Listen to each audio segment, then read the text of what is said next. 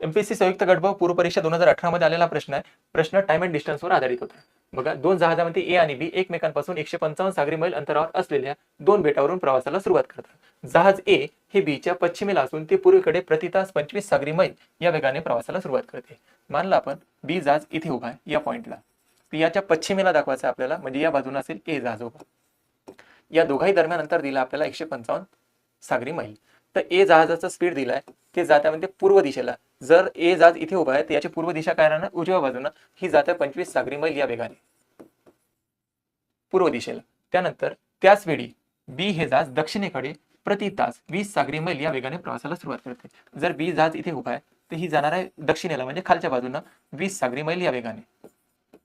याचा स्पीड दिलेला आहे. त्यानंतर म्हटलं होतं की 3 तासाच्या प्रवासानंतर त्या जहाजामधील अंतर किती, तर 3 तास यांनी प्रवास केला. तर 25च्या स्पीडने 3 तासामध्ये हे अंतर किती कव्हर करणार, इथून स्टार्ट झालं तर हे 3 तासामध्ये सर 75 किलोमीटरचं अंतर कव्हर करणार, म्हणजे 75 सागरी मैल अंतर कव्हर करणार. तर आता या दोघाही दरम्यान अंतर होतं 155. तर आता हे जहाज इथे पोहोचलाय, इथून इथपर्यंतचं अंतर किती असणार, हे असणार सर 80. त्यानंतर बी हे जहाज 3 तास प्रवास केल्यानंतर किती अंतर कव्हर करणार, या पॉईंट पासून इथे हे पोहोचलं असेल 60 सागरी मैल या अंतरावर इथे पोहोचलं असेल. आता विचारण्यात आलं होतं ए जहाज इथे पोहोचलाय, बी जहाज इथे पोहोचलाय, तर या दोघा दरम्यान अंतर किती आहे, म्हणजे हे अंतर आपल्याला काढायचं होतं.